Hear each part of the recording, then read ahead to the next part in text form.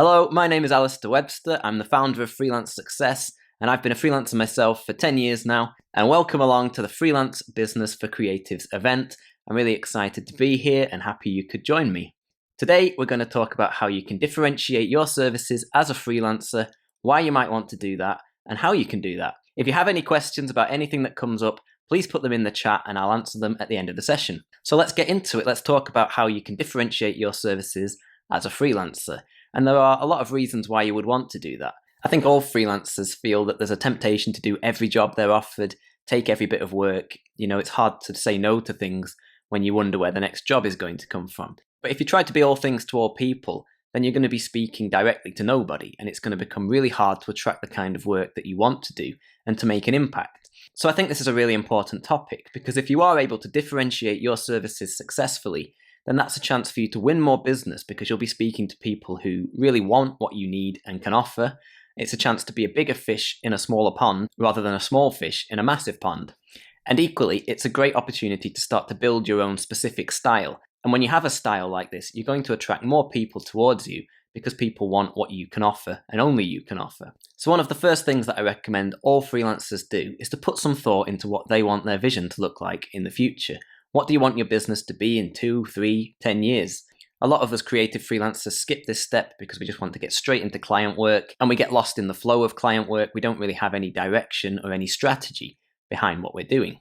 So let's take a look at how you can identify, crystallize, and really focus in on the work that you should be trying to do. We're going to try and find your freelance sweet spot. This is the work that you should be doing, which is going to have a real purpose for you. This kind of work will make you feel tested and challenged, and you'll be working on things that align with your values as a person. But how do you find this and work out what work falls into your personal sweet spot? Well, one great way to work out what you should be aiming for, or at least moving towards, is to use a fantastic Japanese concept called Ikigai. You can use this framework, which I'm going to introduce you to now, to focus in on work that will help you make money while still being meaningful and providing value to the world around you. So this is a great way to hone in on the exact work that you personally will find most rewarding and satisfying, but work which is also realistic and practical for building a career out of. So let's dig in a little bit deeper. So this is the Ikigai framework. It's what you love, it's what you're good at, it's what people will pay you for, and it's what the world needs. If you can find work that overlaps with these areas, you will have found your own personal sweet spot. So let's take a look at a few examples. Let's say you're really good at painting. If so, then the natural inclination might be to become an artist because you love it and you're good at it. And you might be able to do this. But the issue is that you might struggle to get paid doing this because there are a lot of people painting and it's not easy to make money without being really highly talented and well connected. So a different way to look at it is to look at your skills and then work out what there is a demand for, i.e. what people will pay you for and what the world needs. So if you love painting, you might find people will pay you to work with kids, for example. This can also overlap with what the world needs, what good you can do, which will give your work that sense of purpose. You might then decide that it's a better option to become an art therapist, or to go into schools and set up workshops to inspire and help kids who need it. These decisions will, of course, be personal because they are based on your personal values. As another example, a designer who cares deeply about the environment might want to specialise working for green charities and pressure groups, for example. So once you find the sweet spot in between these things, you have the recipe for work that will be meaningful, support your lifestyle, and which can make a real difference to things that you care about. And this is the recipe for a contented career and a contented life.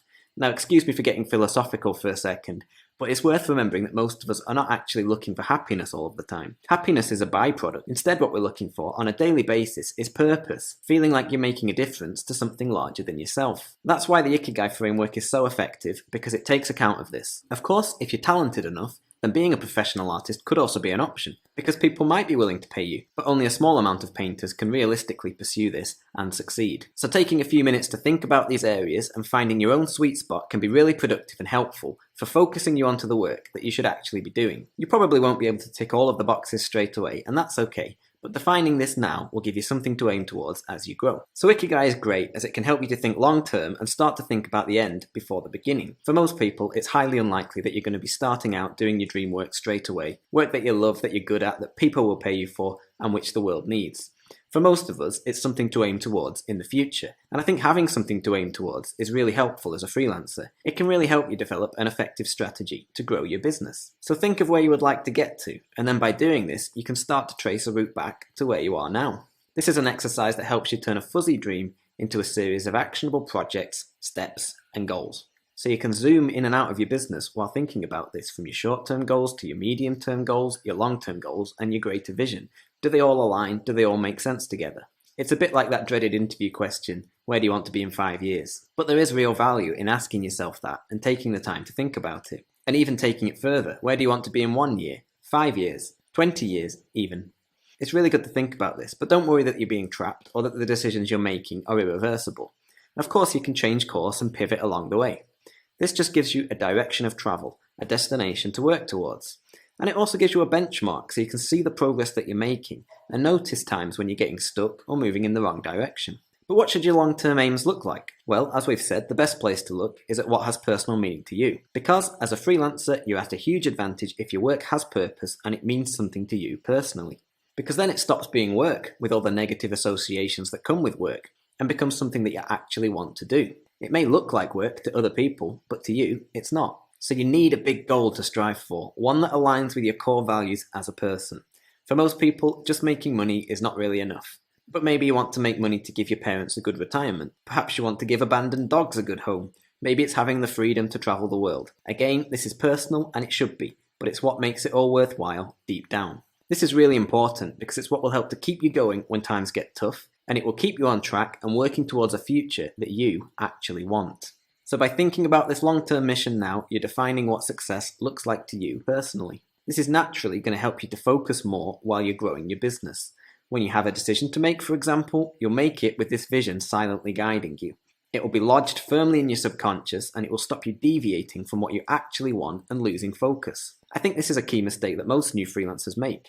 They don't know what they're aiming for, so they move sideways and they waste energy rather than moving forwards towards a defined point. Again, none of this is to say that you can't deviate and experiment along the way. Of course you can, that's part of the fun. But this vision is just a driving force that is going to keep you roughly going in the right direction and gently nudge you back on track when you drift too far away. If you don't specialize at all, you're competing with the entire world of other freelancers if you take this approach. Equally, staying general can make it a lot harder to focus your freelance business and to market your freelancer services effectively. The best businesses tend to keep things simple and make it really easy to understand and describe what they do. Amazon delivers products faster and cheaper than anywhere else. Apple makes beautifully designed products that are worth paying a premium for. LinkedIn connects the world's professionals to make them more productive and successful. This focus on simplicity makes it much easier to sell because customers can easily understand exactly what they do. So if your freelance business is too clunky, not well defined, and you offer dozens of different services, chances are you'll find it hard to explain and describe exactly what you do. This means when trying to attract new customers, you will struggle because you will have to talk too generally.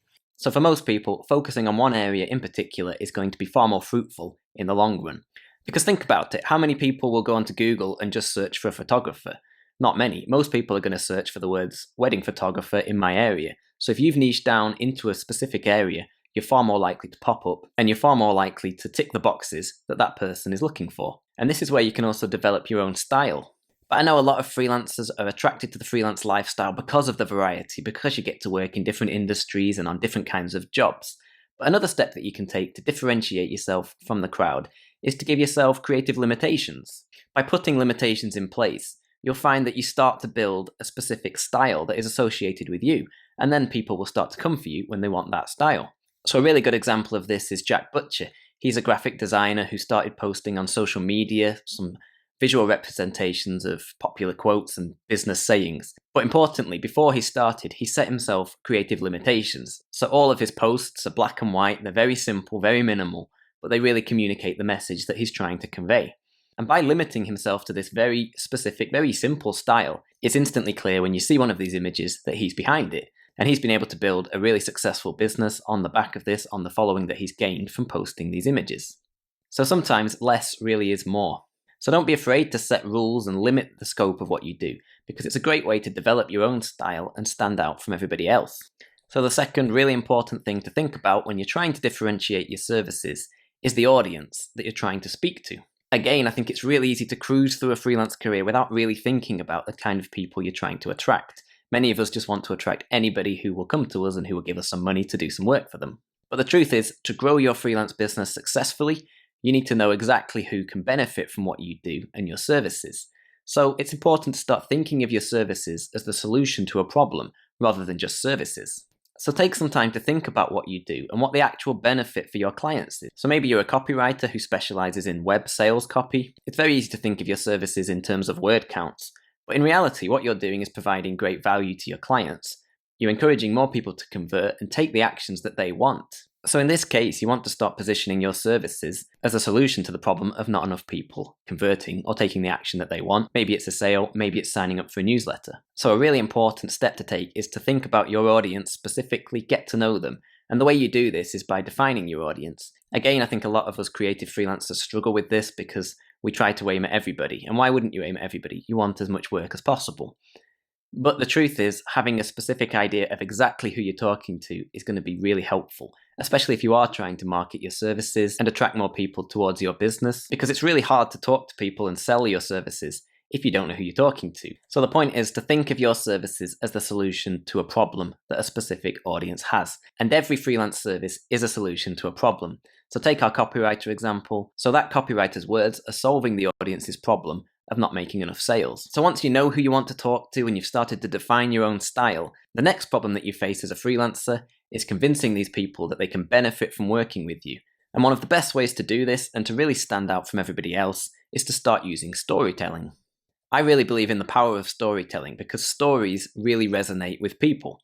You know, people have been telling stories for thousands of years. This is how we transfer information, ideas, and knowledge through generations. Stories work really well because they hook the brain, they hook people into what you're saying, and they're a great way to communicate a lot of information quickly, even instantly. And I think a lot of us freelancers are missing out on the opportunity to use storytelling when we're selling. You know, we're creative people, we're all creative freelancers. We can be creative with how we tell our stories and how we explain how we can help our clients.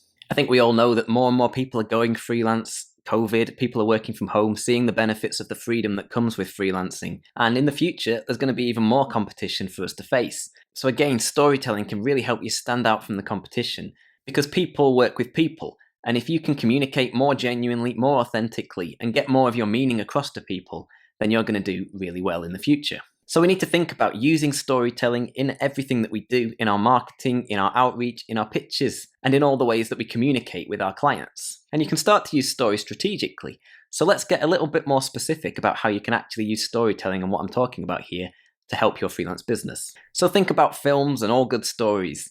What do they have in common? Well, generally, the main character has a problem that they need to solve. And at the start of the film, they may not really know about it. So in classic story structure, if you look at stories through history and you look at films, you tend to find a similar structure to this, a hero's journey. So you start with a hero, a person who has a problem. They might not realize it at first, they just need to solve that problem. They then meet a guide, a wise person of authority who helps them to take action and start their journey towards a better future. This guide calls them to action. It can be tough, it can be challenging from the hero. It usually is because this is where stories get their interest, because the main character has to overcome trouble, has to overcome problems to come out the other side and have a transformation that leads to a better future for them. So you can start to think of your freelance clients in a similar way. There's some great books by a guy called Don Miller who really talks about storytelling and how you can use it to market your services more effectively. So these ideas are based on that. And there's a key perspective shift here, because most of us think that we're the heroes of our own stories. But the truth is, when you're marketing your services to your audience, you need to think of your audience as the hero, not you. Your role is that of the guide. You're the person of authority and competence who is going to help the hero to go through a transformation that's going to lead to a better future for them. You're going to help them reach their happy ending. So you do this by helping your clients see that they have a problem and see the future that they can have if they take action to solve that problem. And of course, the solution to that problem is the services that you offer. So if they take action to work with you, they can have a better future. So think of Lord of the Rings as an example of this story structure.